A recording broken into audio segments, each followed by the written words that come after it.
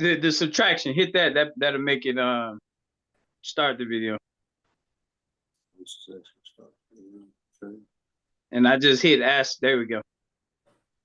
There we go. What's going on, my brother? All right, you can see me? I see you. Yeah. Oh, I thought I would be able to see myself, brother. How you feeling? Well, it is, but you got to press some buttons. And no, we're gonna leave that clean alone. We're gonna leave that clean alone. How you feeling today, brother? I noticed your email. I'm January 10th, 75. Oh, okay. Well, good to know. Good to know that like minds think alike. Yeah. So we the 75 babies. So what I always do, man, I always want to give people a little insight before we bring the guest on. So it's being recorded. YouTube did ask you that, right? Understood, yes. Okay. So to everyone that knows Cy Smith, your host, you know what we work on every day, block by block. We're not making our neighborhood safer without the economics. I'm about to bring you somebody who's about the economics.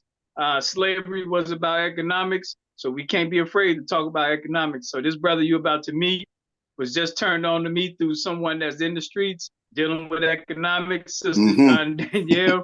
So I'm honored that he's coming through that pipeline. That's a vetted pipeline. She knows people in the trenches. So my brother, Eric, if you don't mind, man, let us know, man, who are you and how did you get connected with Sister Danielle? Okay, so first of all, hello to everyone.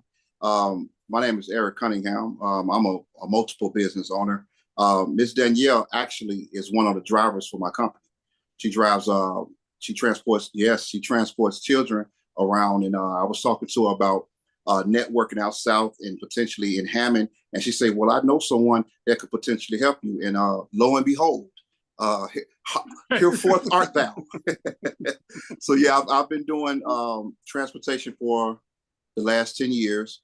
Over the last 6 years, I've actually made my entertainment company a little more, let's say, legal. I stopped doing it just for parties and started doing more weddings and corporate events and things of that nature. So I've been operating both now. I've been in business for a total of 15 years, but 10 for transportation and 5 in entertainment. And I'm just really ready to expand a little bit and meet like-minded people, man, for sure. Well, thank you for that intro, man. And let's make sure people know who Eric is. So where did you grow up at, man? Okay, well, I grew up in what we call the Henry Horner Projects, and I probably saw more violence there than the law allows. And technically, I wasn't supposed to be here, and I don't mean business-wise. I mean living. I saw a lot of death. I saw a lot of poverty, a lot of people not knowing what to do because we were in my quotations in a box, and we were put in a box where there were a lot of fathers that was taken from homes just so mothers would be able to not pay much rent. And what it did is it messed up our population as far as fathers being able to be there for their children. So yeah, I went to R. Nathaniel Dett, elementary school. Say this while you go. Let me say this so the audience will know this about what you just said. So he said Henry Horner Housing Projects.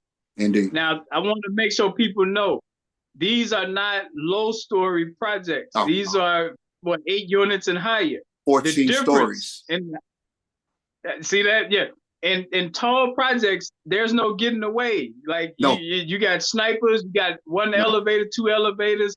So that's some toughness out of this world compared to like in LA, they got and not to cut you off, brother Side, but let's not forget about getting off work at 9 or 10 o'clock at night, not knowing that they were shooting and feeling your way up 8 flights of stairs through the dark, brother. And I remember one night I fell through the stairs and felt something wet, thinking it was the wall, got home and my hand was covered with blood, man. So I've been through the trenches. I've been through my share of what we will call an actual war. So I've been through it, man. And to be where I'm at now is nothing short of a miracle, brother. Nothing short. And that's why I wanted to emphasize that so they'll know these projects, they got the ramp. It's a ramp. So, you can look off of them, shoot off of them, or hang your clothes to dry off of them. All through multi-purpose ramp. So go ahead. You're a father. What else? Give us more background about yourself. Okay, I'm a father of a lovely 18-year-old that's now in Ohio State on a full 4-hour scholarship for volleyball. So I'm sort of patting myself on the back, but I shouldn't because I didn't play volleyball. Yeah, I don't know anything about it. So I go to a game and I don't know what's happening, but she's doing her own thing down there, again, the entrepreneur part started with me actually getting her picked up by a transportation service. And this guy was late every day. So now my daughter's getting to school late. And one day I remember telling him, man, I could do this myself. No, brother, it's too difficult. It's more to it than you think. And in another month or so afterwards, that same brother was working for me. So I've learned how to be a horse living in the world with a bunch of giraffes. Now, my neck may not be long like a giraffe, but if you come back, I found a way to ask that giraffe to let me get on his back and eat the same way he's eating. I love it, man. I love it. Indeed. So one daughter, and was she following you into business? What's the aspiration? She's going to school for business because she wants to enhance what it is that I'm doing, which will give me a different perspective as far as when you're operating business. And I've never been to college. Let me make sure I get that straight. Now, I've been to colleges, but it was to drop other people off during the transportation service. But as far as going and actually attending courses, I've never done it a day in my life. So what my daughter's bringing to me is a reason, in a way, what college offers to me is a way to complete something. And because she's going there and she knows she has to go to classes, she's making me a better business owner. So I'm looking forward to her finishing. So yeah, I'm pumped up, brother. I don't know if you can hear, but I'm pumped up. I'm definitely pumped up. No, but that's your legacy too. She's gonna follow and enhance when you're dead and gone. It's gonna keep going on. So that's kudos there, So now, like, we got tent transport. What made you get started? That was your daughter being late. That's what got started with that. Right. So I wound up going to the school, and I slowly found out that there were a lot of parents that was in need of someone legally being able to pick their children up. And in the process of talking to the principal, as we sat and negotiated and things of that nature, he told me that being a transportation service is more than about getting the children to school. You would literally be helping my attendance rate. And I never looked at it that way. So now what they wanted to do originally was wanted me to become a vendor. Well, if you become a vendor, you can charge a person that you will be picking up 2 miles away the same fee that you would 20 miles away. I said, well, it has to be another way to skin the cat, because I can't skin a cat like that. So I eventually looked into doing it more personal on my own and get my incorporated license and getting a team, a staff behind me, the lawyers and things of that nature. And now 10 years later, man, I have 4 of my own black SUVs. I have yes, sir. I have people who drive on 1099 that drives their own vehicle, which is a little bit different aspect. It's theirs, but the company are under my umbrella.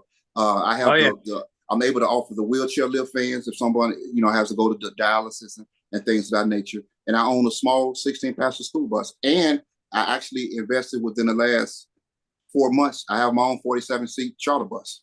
So I'm doing what needs to be done, brother. I've been doing it solo for so long. It's hard to take on investors because a person wants to come in on what you've already established and think they don't have to pay any money. And that's gibberish to me. I don't really speak that language, if that makes sense. No, and the other piece is they don't have the impetus on what made you start it. So they, you know what I mean? Like, they're missing that part. They're Johnny come late. So you got to be careful how much access you let them have to 100%. 100%. Now, before we move to the entertainment side, what are some of the highs and lows in transportation? Well, the biggest high is just like it is with anything else, is an oversaturated field, right?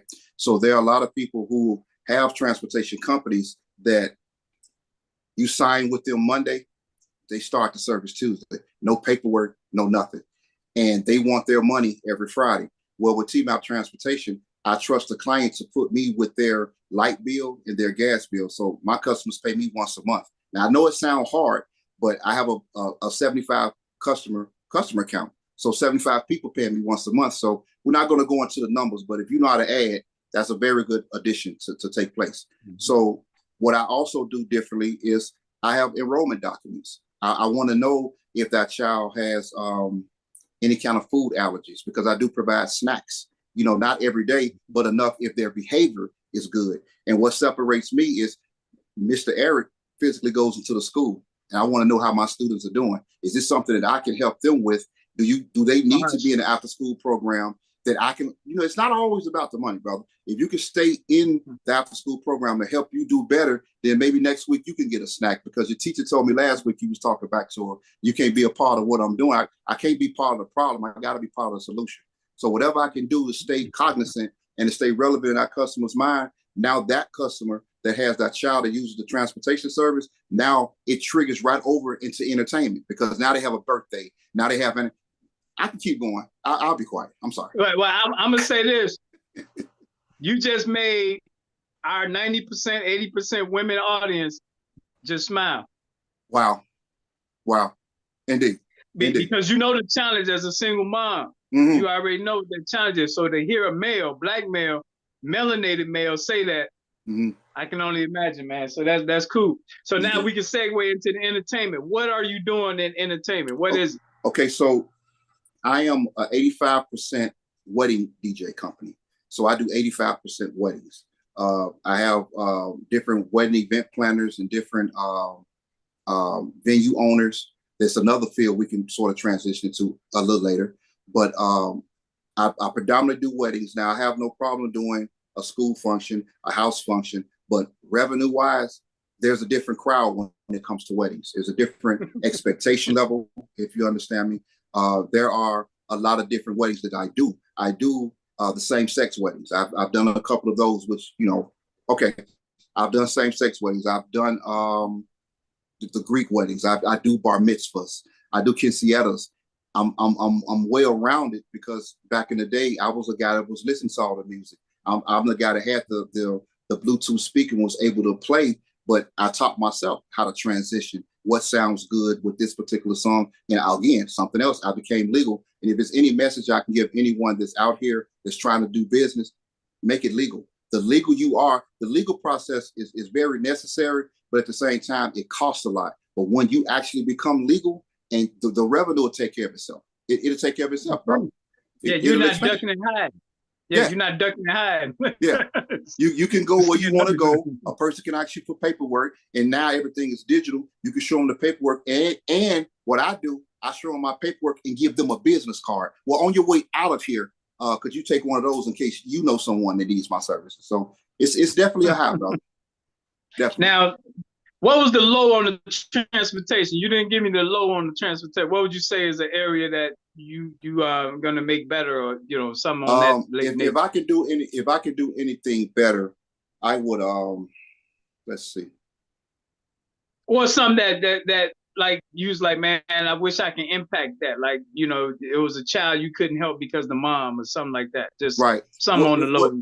I'm gonna tell you what I wish I could do better. Although I am the owner, I wish I could have my prices a little bit more competitive, because a lot of times the prices is what dictate whether a person wants to use the service or not. And I try to tell all of my parents, Eric, could take a pay cut or a loss. I can't keep paying drivers like that, because the responsibility of being able to feed someone else's family, man, it's something that makes you not be able to go to sleep. Like, my brain don't stop working, because if 2 customers leave me, that could potentially be a couple $1,000. Now I have to tell this driver, I can't pay you what I was paying you before, because there's no room for it. And people just don't see the back end of what it is that we do, man. It's rough. At times it's rough, but it has its rewards. Real. Now it's real. It's real responsibility. Yeah, man. So it's no, it's real burden. So yes, sir. That's what it is. So and so, what about on the entertainment side? Give us some highs and lows on that side. The highs are, if I do a party for a brother's side and about 15 of his friends, there's a different price range from a wedding. It would take me three regular parties to do what one wedding costs. So the roof is really high, but on the lower end, because everyone thinks they can do it. So when everyone thinks they can do something, now the field is oversaturated. Now, if I say, well, at my minimum is $1,500, their minimum may come in and say, well, we're $9. There is a reason they're at $9. There's a reason why you're not getting what I'm getting, and it's because a lot of people don't invest in themselves. A lot of people just think we push buttons, but I have to know how to read the room. I have to know when a couple got married so I can play a song for them. Like, that's an extra incentive to let people know when you're working, you've got hired for that job. My job Right. is to hire myself for the next. I'm interviewing for the next job, and that's what a lot Yep. of people don't get. So those Yep. are the highs. The lows again is definitely the price point, presentation. I'm a big column array guy. I don't want to speak too much DJ language, but I'm not a tripod guy. Well, with the older way, which I'm not knocking, with the speakers and then a big subwoofers. I do the column array where everything looks more sleek. I'm a big light guy. I don't have the big powerful lights that comes off of the ceiling that's blurring everybody in the face. I'm the 362 guy, and all of that stuff looks good. And when you're able to put it on your YouTube channel, when you're able to put it on Facebook or one of the social media platforms, people in any industry, people don't know what they need unless you show them what they need. They may not even have ever seen a 360 ring light. So it's my job to, to be able to do so. So the price point, that's the area that but it's like you just said, though, it's a different audience for everything. You got high, medium, and low and everything in life. So depending on you, if you want high, it's gonna cost you. Or you can go with the low. And that's where right. That's where coming and putting your packages in. I have three different packages. Someone wants one of those packages, but what I make sure I emphasize is all of those packages are customizable. You can get everything in one package or something less in another package. Their wedding is their Super Bowl. They're the coaches, and I'm the person that goes out and perform the plays. And I let them know that. And once you break the ice, you will be surprised what people will spend for parties, period, man. The entertainment world, it's a big deal. It's a very big deal. That's America, that the U.S. biggest export out of everything that we do around entertainment. So to have a Black person in it is huge, man. So I'm glad people had a chance to hear your story, the backstory, look you in the eyes, see you play it, send it to their friends. What would you say to the Chicagoland audience? Like, why should they do business with you over any competitors out there? Okay, so what I offer is a little bit different. I never get on the phone with any customer start talking money. I want to know that you're a good fit for me, because all money isn't good money. So I want everyone to know that if you want to do business with me, communication is a must, because I want, transportation wise, I have your most prized possession in my vehicle. And if communication isn't something that we can have, we won't be able to dance together, which lingers right over into entertainment. The same thing with entertainment. Because I'm the owner, no one can negotiate the way I can negotiate my company like I can. So I may not be DJ Jazzy Jeff. I may not be any of these really, really big entertainment companies, but I'm doing well enough to be able to stay sustainable and feed my family. 100%. Talk about Hammond. You update our audience in Indiana. I mean, Gary, Indiana. Hammond is next door. Okay, so in Hammond, I've partnered with brother Brian Collins, and he has a 15,000 square foot event venue over in Hammond on Columbia Avenue, if I can say that on YouTube.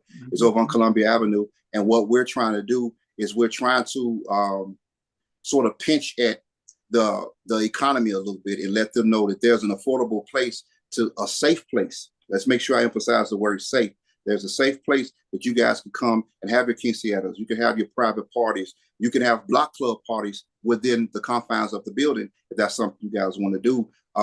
We're gonna start actually this Thursday with like a little amateur night and see how that works. But I'm really into neighborhoods. Wherever I put my 10 toes down, I become part of that neighborhood. So remember this face, you guys, because I will have no problem knocking at doors and seeing you guys at the local Menards and McDonald's, because the problem with businesses is a lot of times we become complacent. And when you become complacent because you're getting a certain number, that could potentially be the demise of who you are.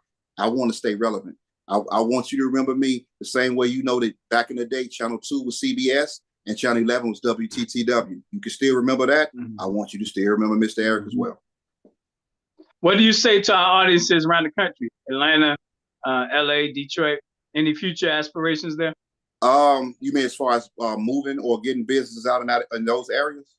Expanding, expanding. I'm always looking to expanding, but expanding can be a gift and a curse. It can be a gift in a sense of income and potentially putting your brand out, but you have to have like-minded people. So you can't have someone with an agenda. A person with an agenda needs to be by themselves, and I don't have a lot of room for that. But again, piggyback off of coming from where I come from, my past says that I shouldn't trust nobody.